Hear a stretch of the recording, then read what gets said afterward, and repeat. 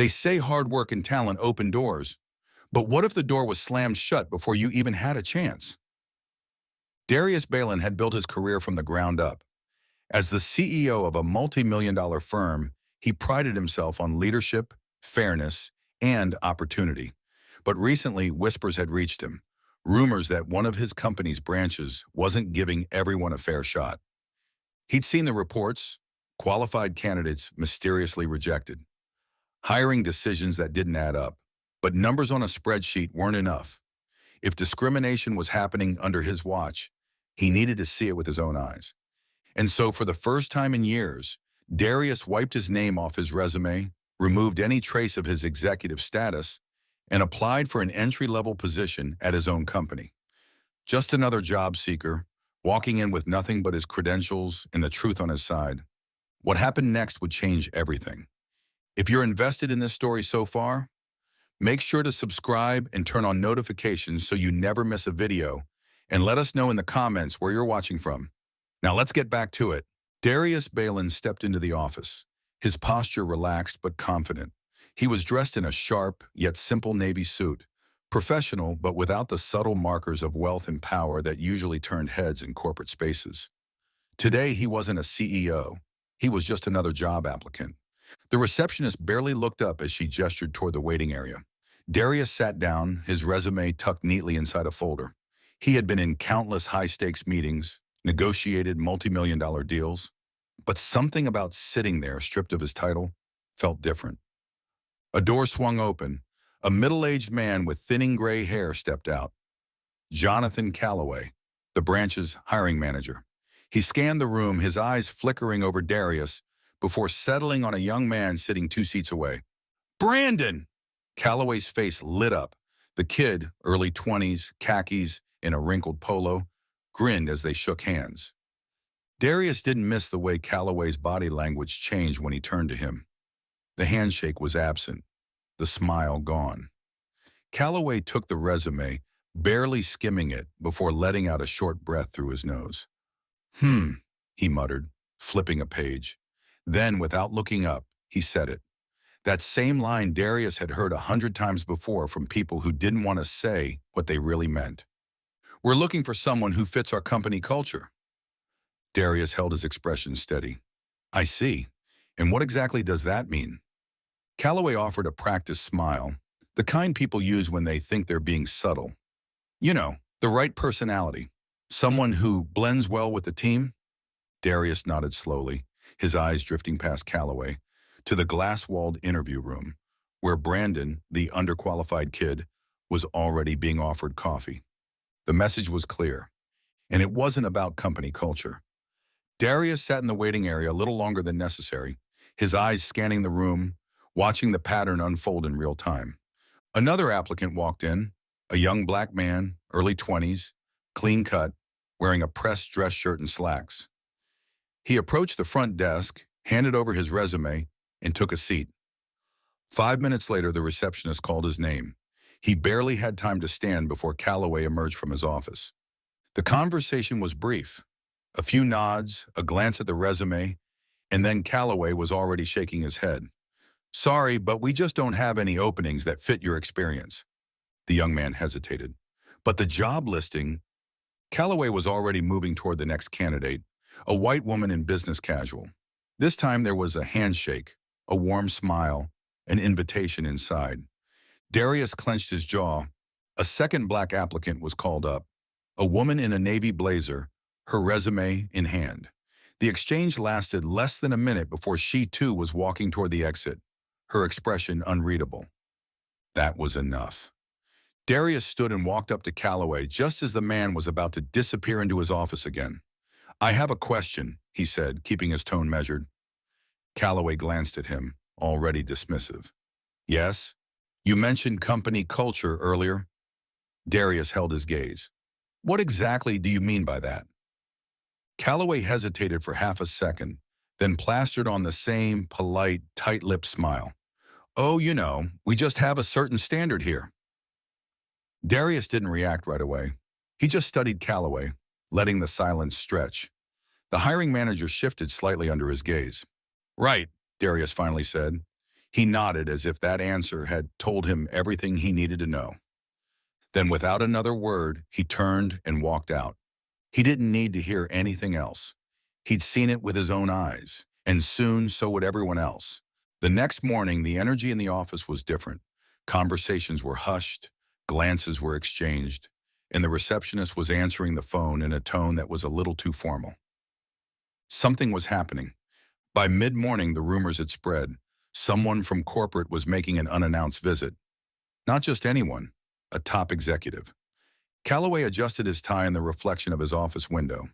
These visits were rare, but he had been in the business long enough to know that they were usually about numbers, performance, or restructuring. Nothing he couldn't handle. At 10:15 a.m., the elevator doors opened. A tall man stepped out, dressed in a crisp navy suit, his polished shoes clicking against the tile. His presence commanded attention. Employees glanced up from their desks, some whispering, others pretending to look busy. Calloway, eager to make a good impression, strode forward with a practiced smile, then stopped cold. His stomach dropped. It was the same man from yesterday. Darius Balin didn't need to say a word. He met Calloway's eyes, his expression unreadable, and let the weight of the moment settle. The receptionist broke the silence first. "Mr. Balin, would you like me to show you to the conference room?" "Thank you," Darius said smoothly, adjusting his cufflinks. He glanced at Calloway. "But I think I'll start with a quick tour." Calloway swallowed hard, his mind racing. His carefully maintained composure was unraveling. This wasn't just a corporate executive. This was the CEO, and he had seen everything. The conference room was silent except for the faint hum of the air conditioning. Employees lingered outside, pretending to be occupied, but everyone was listening. Darius Balin sat at the head of the long table, fingers interlaced, his expression unreadable. Across from him, Calloway was trying, and failing, to keep his nerves in check. "So," Darius began, his tone even, "walk me through your hiring process." Calloway cleared his throat, forcing a weak chuckle. "Of course. We look for candidates who align with our company culture, people who can, blend well with the team." Darius raised an eyebrow. "And what does that mean exactly?" Calloway fumbled with his pen. "It's about finding the right fit, someone who—" Darius reached into the leather portfolio beside him and pulled out a single sheet of paper. He placed it on the table, turning it so Calloway could see. A resume.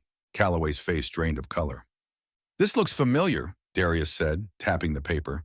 His voice was steady, but there was no mistaking the steel underneath. "Maybe because I handed it to you yesterday." The silence that followed was suffocating. Calloway opened his mouth, then shut it again. Beads of sweat formed along his hairline. Darius leaned back. "I watched you dismiss me in less than 30 seconds. I also watched you roll out the red carpet for someone with fewer qualifications." He let the words hang in the air. "That wasn't just about me, though, was it?" Calloway's throat bobbed as he swallowed. Darius exhaled, shaking his head slightly. "You didn't even look at my experience. You saw my face and decided I wasn't the right fit. How many others have you done that to?" Calloway was gripping his pen so tightly his knuckles had turned white. Outside the glass walls of the conference room, employees exchanged wide-eyed glances. No one dared speak, but the tension was thick enough to cut with a knife. Darius folded his hands on the table. "So tell me, Mr. Calloway, if I wasn't sitting in this chair right now, would you have ever questioned your decision?" Calloway forced out a dry laugh, shifting in his seat. "Mr. Balin, there must be some misunderstanding. I would never—" Darius held up a hand. "Stop."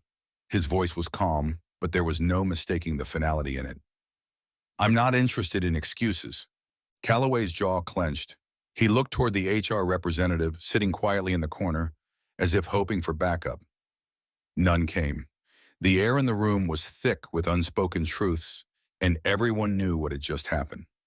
Darius stood up, smoothing the front of his suit. "Here's what's going to happen," he said. "Effective immediately, we're restructuring the hiring process. All applications will be reviewed blindly. No names, no photos, just qualifications." A murmur ran through the room. The HR manager nodded in quiet approval.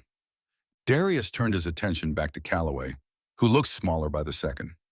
Every hiring manager will undergo bias training, and I'll personally oversee the implementation. His gaze sharpened. That includes reviewing every single rejection from the last 12 months. If I find even one case like mine, there will be consequences. Calloway swallowed hard, but Darius wasn't finished. You've made it clear that you don't value diversity, fairness, or basic professionalism. Darius reached for the portfolio again and slid another paper across the table. This time it wasn't a resume, it was a termination notice. Calloway's face went pale. "You're done here," Darius said simply. "Pack your things." For a second, Calloway just sat there, his hands trembling slightly as they rested on the table. He glanced around as if searching for someone to intervene, but no one did. The HR manager pushed the termination paper toward him without a word. The room remained silent as Calloway slowly stood, his face burning with humiliation. He hesitated for a moment, then turned and walked out without another word. Outside, employees who had been eavesdropping quickly looked away, pretending to be busy. Calloway's exit felt like the closing of a chapter no one wanted to be part of. Darius took a slow breath, then turned to the remaining managers in the room. "This isn't just about one person," he said, scanning their faces. "It's about making sure that talent, real talent, is never dismissed because of skin color, gender, or background." No one argued. As Darius left the conference room, he caught sight of a young black applicant in the waiting area. Their eyes met briefly, and Darius gave a small nod before continuing on his way. The message was clear. Respect isn't given based on appearances. It's earned through actions. We appreciate you sticking with us until the end. If this story resonated with you, make sure to subscribe and turn on notifications so you never miss a new video. We've got more eye-opening stories coming your way. Let us know your thoughts below. We're reading every single one.